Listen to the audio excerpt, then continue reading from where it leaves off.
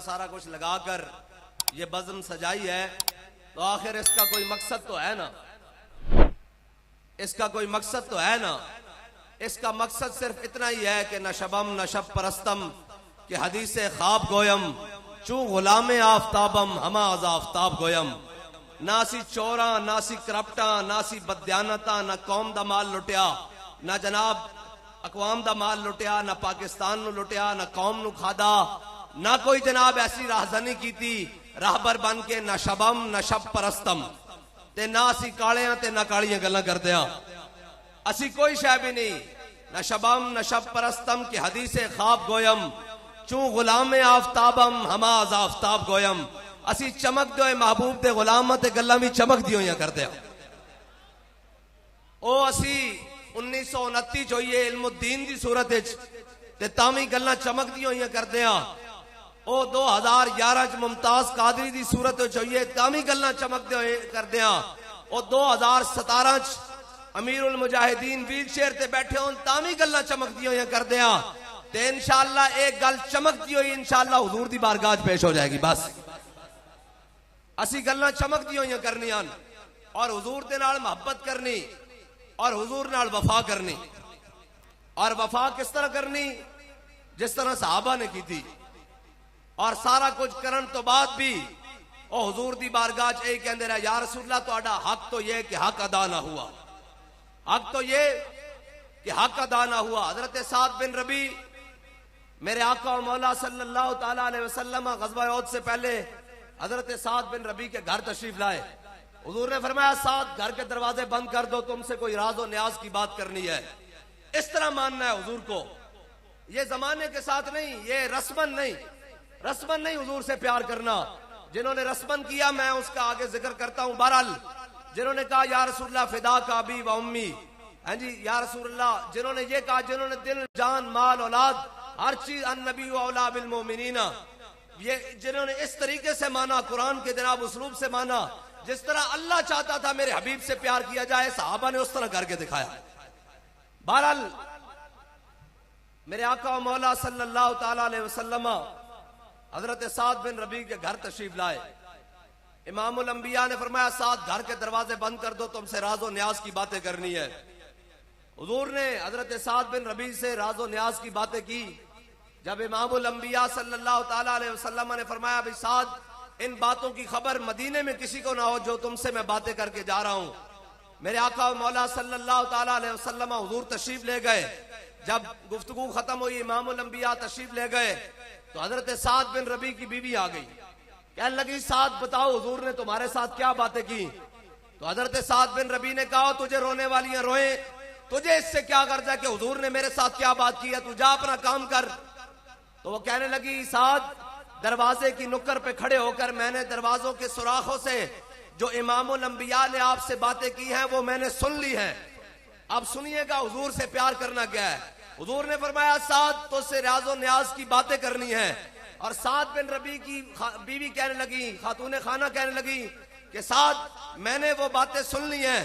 तो हजरत साद बिन रबी ने ये नहीं पूछा कि अब तो बड़ा मसला पैदा हो गया, अब क्या किया जाए, अब तो हुजूर के फरमान की नाफरमानी हो गई है, अब क्या किया जाए। ये साहब ज़हर है, ये खातून है और इसके बड़े हकूक है, ये मेरी बीवी भी है, बच्चों की माँ भी है और इसका भी एक कबीला है और इसके भी रिश्तेदार हैं, अब क्या किया जाए।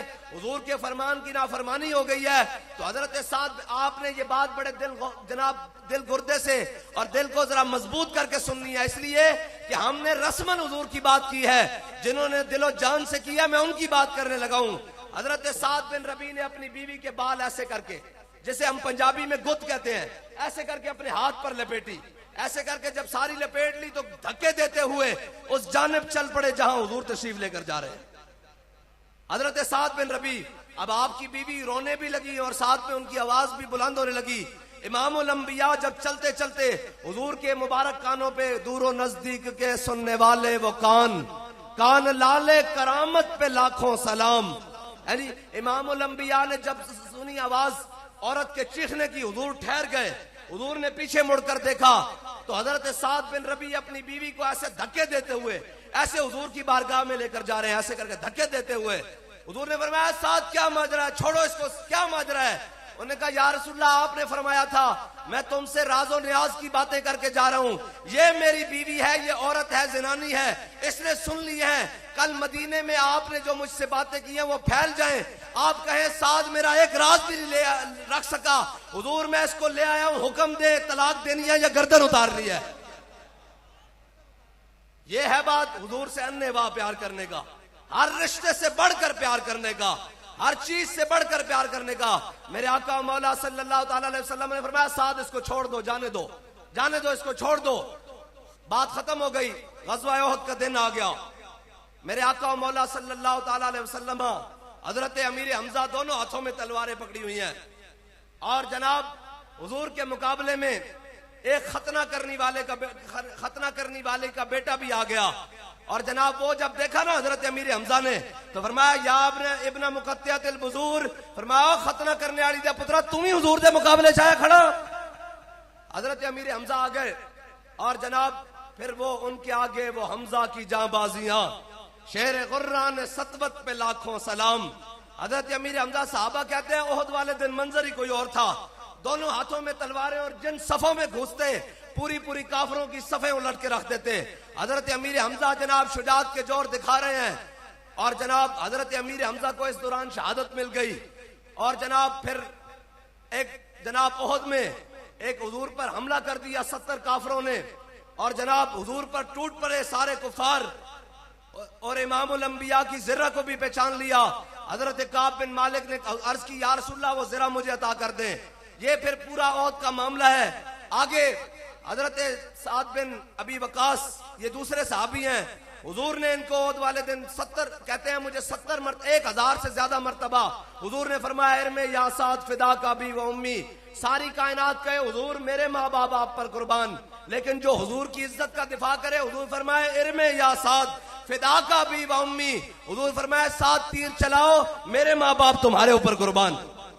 हजरत साद बिन अबी वकास कहते हैं कि मैदान ओहद में मेरे पास एक तरकश था जिसमें चंद तीर थे, चंद तीर थे। कहते हैं हुजूर ने वो तरकश पकड़ लिया और उस तरकश में से तीर निकाले और इमामुल अंबिया मुझे पकड़ाए और कहे में या साद फिदा का भी व उम्मी, 7 तीर चलाओ मेरे माँ बाप तुम्हारे ऊपर कुर्बान। कहते हैं मैंने तीर चलाऊं फिर इमामुल अंबिया मुझे अगला तीर दे। कहते हैं मैंने ख्याल किया कि ये मेरे तरकश में तो थोड़े से तीर हैं, इमामुल अंबिया मुझे दे रहे हैं। कहते हैं एक तीर का पर टूटा हुआ था, मैंने वो तीर पहचान लिया। कहते हैं हुजूर ने मुझे तीर दिया, मैंने तीर चलाया, इमामुल अंबिया ने फिर मुझे पकड़ा दिया वही तीर। कहते हैं फिर मैंने चलाया, कहते हैं हुजूर पकड़ाते रहे वही तीर, मैंने निशानी लगा ली कि हुजूर ये वही तीर बार बार पकड़ा रहे हैं। और ये हजरत साद बिन अबी वकास कहते हैं मैं चलाता रहा, हुजूर ने फिर वही तीर पकड़ाया, मैंने फिर चलाया। कहते हैं मैं जान गया कि इमामुल अंबिया ये वही तीर घूम घूम के आ रहा है। तो हमने कहा ये तीर कैसे घूम के आ रहा है? तो शायर कहता है इश्क़ अहमद से ये असर भी जुबान में आ गया, तीर को आवाज दी वापस कमा में आ गया। शायर कहता है ये तो हुजूर की मोहब्बत से हमारे हाथों में और हमारी जनाब अंदर इतना जज्बा आ गया कि अमीरुल मुजाहिदीन चलती गोलियों में फैजाबाद में कहें कि जनाब दाता अली अजमेरी आप भी आ जाएं और जनाब ख्वाजा अजमेरी आप भी आ जाएं, 11वीं वाले पीरो आप भी आ जाएं, तो जनाब वो कहें हमने 24,000 फोर्स लगाई हुई है और इधर से बंदा एक खड़ा होकर कहे कि सितमगर इधर आ, हुनर आजमाए तू तीर आजमा हम जिगर आजमाए। क़यामत तक वो कहें बंदे 150 और उधर कहें 24,000, लेकिन फातेह कौन करार पाया?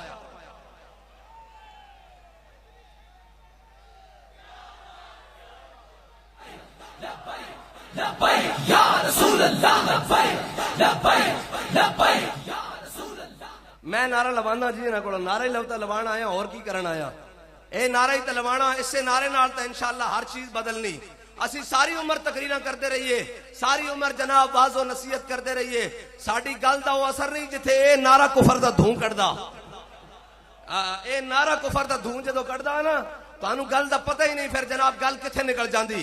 बहरहाल हजरत हुजूर से मोहब्बत करनी कैसे है और हुजूर की इज्जत पर पहरा देना कैसे है।